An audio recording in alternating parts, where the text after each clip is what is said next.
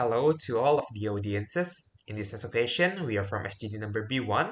Would like to present our student project entitled Colorectal Carcinoma Screening. Okay, before we are going through the presentation, I would like to introduce our member of SGD number B1, which shown in the slides. Okay, for the next speakers, the time is yours.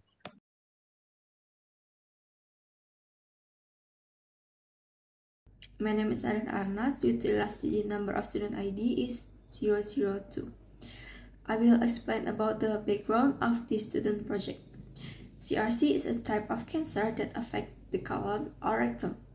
CRC is the second most prevalent cause of cancer death globally in 2020, accounting for 0.9 million deaths and more than 1.9 million new cases. Screening is the most feasible approach to lower mortality, considering it is the easiest way to lower the risk compared to primary preventive procedures. Although screening techniques are useful, they are not without restrictions, and a lot of individuals who should be screened are not screened. The incidence and death of CRC have decreased during the previous few decades, using screening for diagnosing early CRC. There are numerous screening tools that can be done, each with advantages as well as disadvantages. The problem formulation of the student project are: the first one is what is colorectal carcinoma, what are the risk factors of colorectal carcinoma, what are the screening tools for colorectal carcinoma, what are the contraindications for colorectal carcinoma screening. The objectives of the student project are divided into two objectives. The first one is general objectives, is to learn more about the early detection of CRC and how do the screening. The second is specific objectives are to know about the definition of colorectal carcinoma, to understand the risk factor of colorectal carcinoma, to gain knowledge about the screening tools for colorectal carcinoma, to learn about contraindication for colorectal carcinoma screening. And the benefits of the student project are: the authors are expected to add insight of CRC screening and how it applied clinically on patients by understanding the risk factor of CRC, the several tools to do the screening, and its contraindication. And for the authors, it is hoped that this can be a reference for further studies regarding more in-depth matters regarding CRC screening.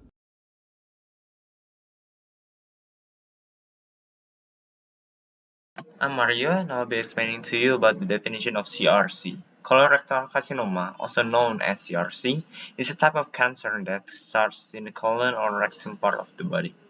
It is part of the digestive system organ called the large intestine. The large intestine consists of a colon, a 1.5 meters long muscular tube, which can be divided into four segments: the ascending tube, the transverse tube, and the descending tube, and the sigmoid colon. The rectum connects the colon to the anus.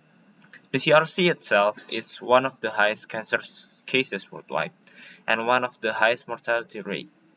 There are 1.9 million cases with a death rate of more than 0.9 million worldwide. The symptoms shows bloody stool, bowel habit changes, etc. But in early stages, no symptoms is shown, which is why screening is important.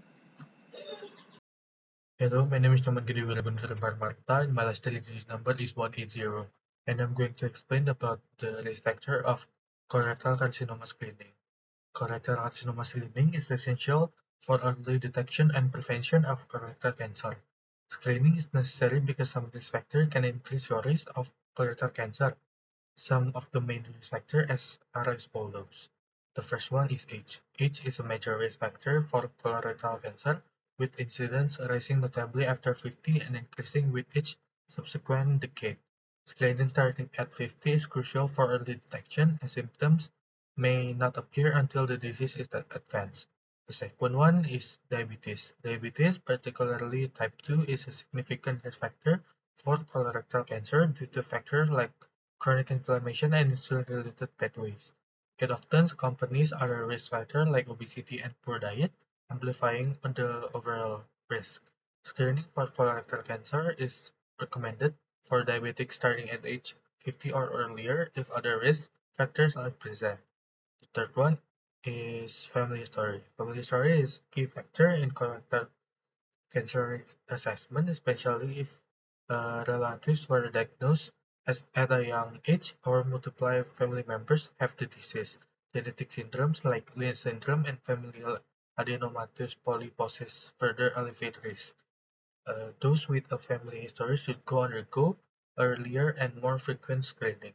And the last one is smoking and alcohol consumption. Smoking and heavy alcohol use significantly raise the risk of colorectal cancer by damaging DNA and promoting inflammation. These habits often accompany other cancer risky behaviors like poor diet and inactivity. Adhering to screening guidelines starting at 50 is crucial, alongside efforts to quit smoking and moderate alcohol intake, further reducing risk and promoting better health. So that's all from me. Thank you.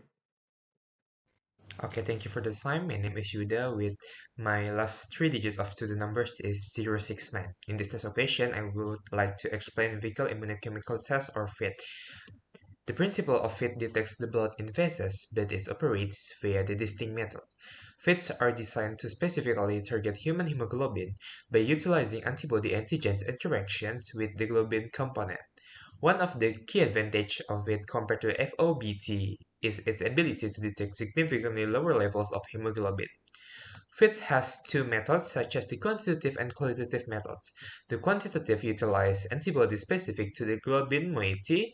The stool is sampled and admixed with the buffer solution directly within the collection device, and the intermixing of the globin, if present, and the antibodies within the buffer create turbidity that is then read quantitatively by the analytical device. Meanwhile, the qualitative utilize antibodies specific to the globin moiety, same as the quantitative, and the second one is antibodies are impregnated on the card, and through lateral flow immunochromatographic methods, the sample is determined to be positive or negative.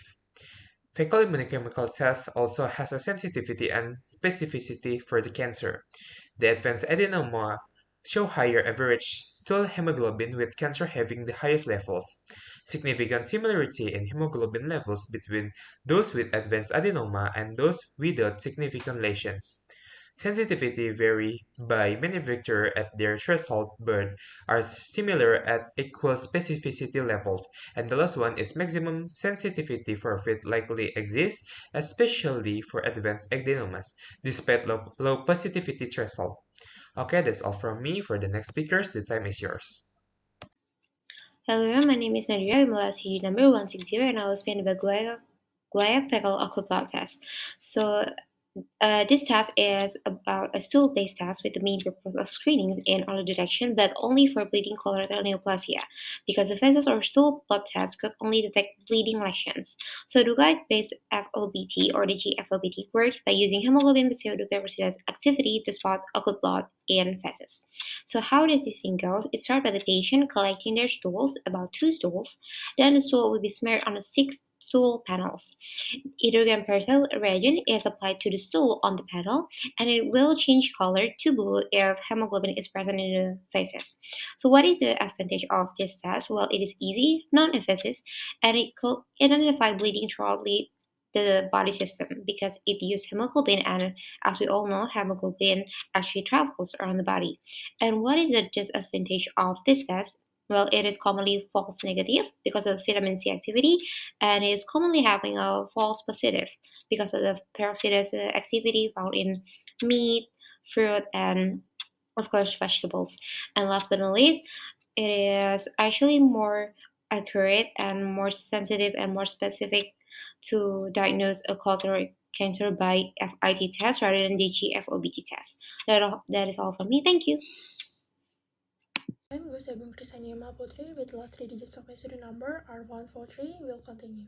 So the multi-target stool DNA test or MTS-DNA, also known as the multi-target stool DNA test with fecal immunochemical test or sDNA-FIT, is a non-invasive stool-based test that identifies advanced precarcinoma lesion and colorectal carcinoma biomarkers. The sDNA-FIT is recommended for asymptomatic adult above 45 years old who has an average risk for colorectal carcinoma. The mechanism of this test is based on the biological basis of the fact that colorectal cranioplasm constantly shed DNA. Those DNAs may be identified by amplification of the stool specimens. The 11 biomarkers tested by SDNI-FIT are human hemoglobin to methylation marker, 7 cross-gene point mutation, and human DNA quantity controller, which is beta-actin. The test will come out positive if either the FIT or the DNA biomarkers result is positive. If the patient has a positive result, the patient should do a follow-up colonoscopy examination. Meanwhile, patients with negative result are recommended to repeat colorectal carcinoma screening every 1 to 3 years. That's all from me. Thank you. Okay, so hello everyone, my name is Farza Husnadipa with 3 last digit of student number 102. So I'm going to explain about the colonoscopy. So colonoscopy is a procedure that examines both large intestine and small intestine by using a tube-like device called colonoscope. So at the end of the device, there is a high-quality camera that gives clear image of the intestine wall. So it is important for early diagnosis of colorectal cancer. For diagnostic indications, for colonoscopy, the first one was screening purpose, and it can be divided by the level of risk the patient has. If the patient has mild to moderate risk of colorectal cancer, they have to be evaluated every 10 years starting from the age of 15. Meanwhile, the high risk group, they have to be evaluated even before 50 and was done every 1 to 5 years based on clinical findings. The risks here including inflammatory bowel disease, post-resections of colorectal cancer, and the rest you can see it on the screen. For the elective purpose, colonoscope can be performed if there is sign of occult bloody cell, occult gastrointestinal bleeding, recurrent abdominal pain, and the rest you can also see on the screen. And the second one is therapeutic indications. So for the therapeutic indication, there are excisions and re-evaluate of the lesions, stenosis or structure dilator, and intestinal bleeding treatment, and palliative treatment of some neoplasm. For the better visualization, the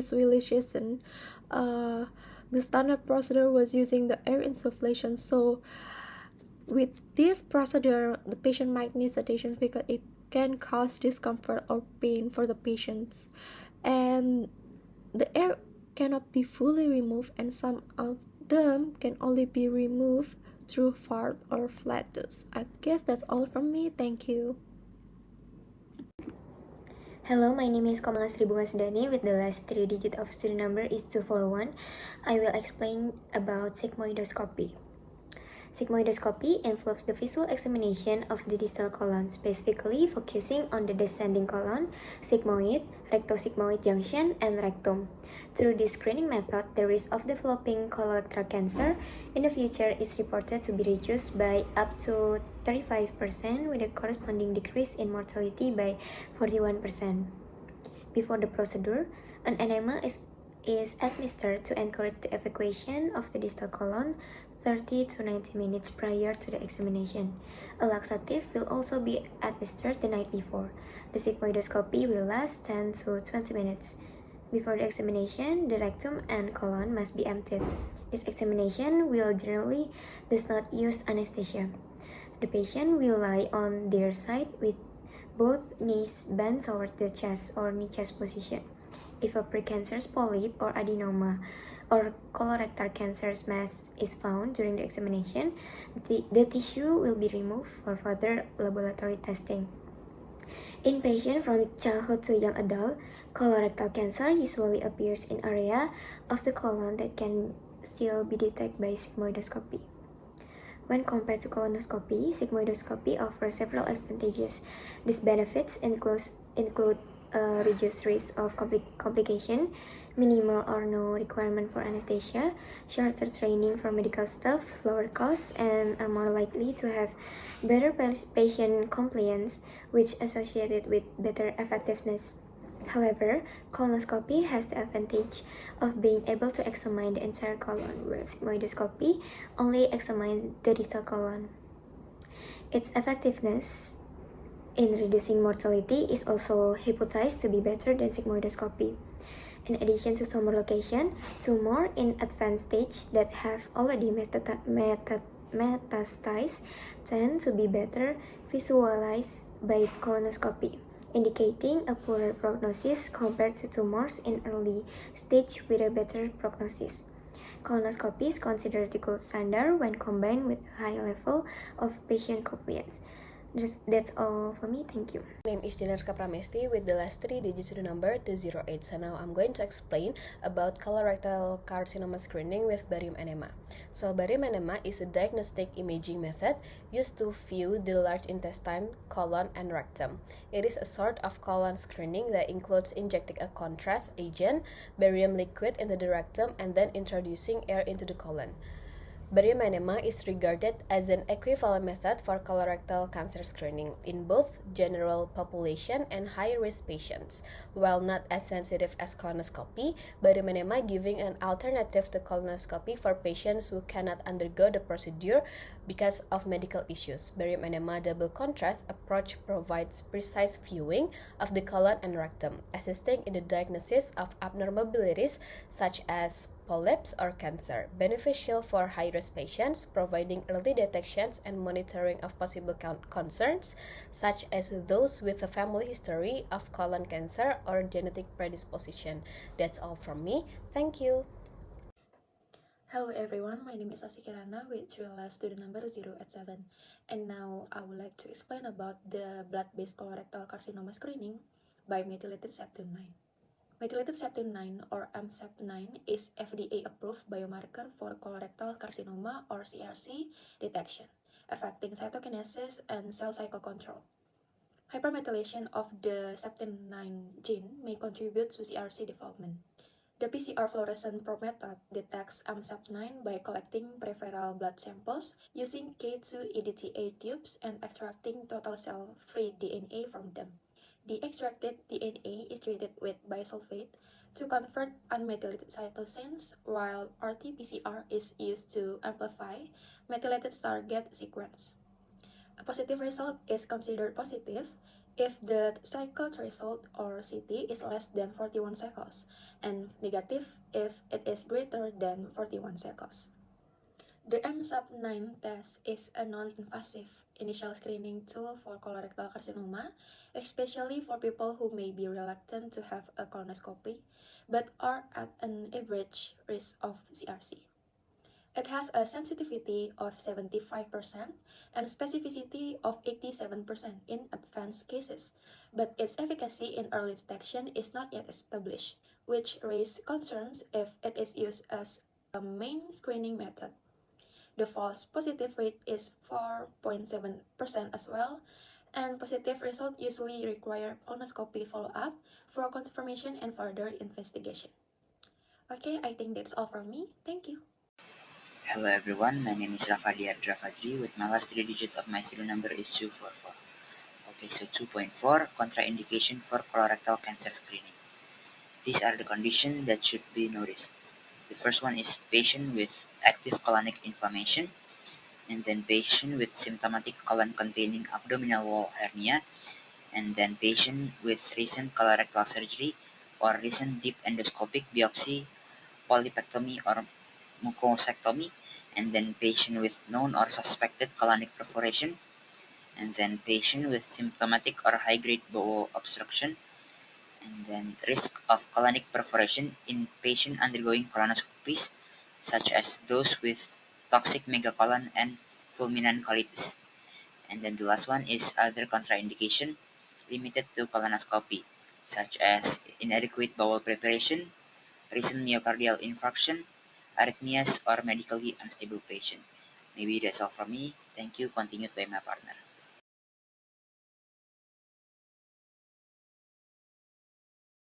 Thank you. My name is Gede Pramaditya Wahyu Saputra and the last three digits of my student numbers are 045. In this occasion, I would like to present the conclusion of this paper, which the topic of this paper is colorectal carcinoma screening. So what really is a colorectal carcinoma? Colorectal carcinoma is a type of malignancy that grows at the span of colon or large intestines to the rectum. Most of the time, CRC shows no symptoms in the early stages. Thus, it is important to screen regularly to diagnose the CRC as early as possible.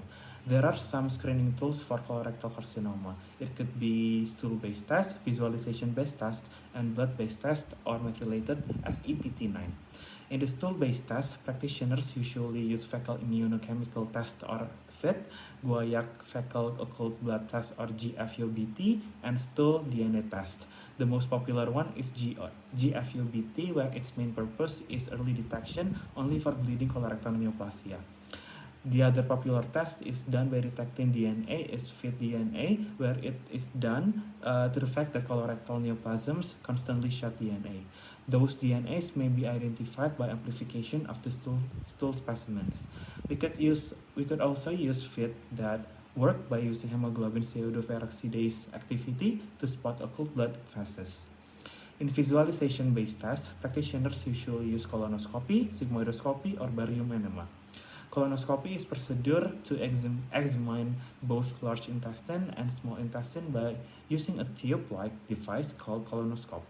While on the other hand, sigmoidoscopy involves the visual examination of the distal colon, specifically focusing on the descending colon, sigmoid, and rectosigmoid junction, and rectum that is more advantageous than colonoscopy. The other visualization-based test that can be used is barium enema, which is a diagnostic imaging method that includes injecting a contrast agent, barium liquid, into the rectum and then introducing air to the colon. We can also use biomarkers such as methylated septin-9 or MSAPT9, which is biomarker for blood-based colorectal carcinoma detection that the FDA has approved.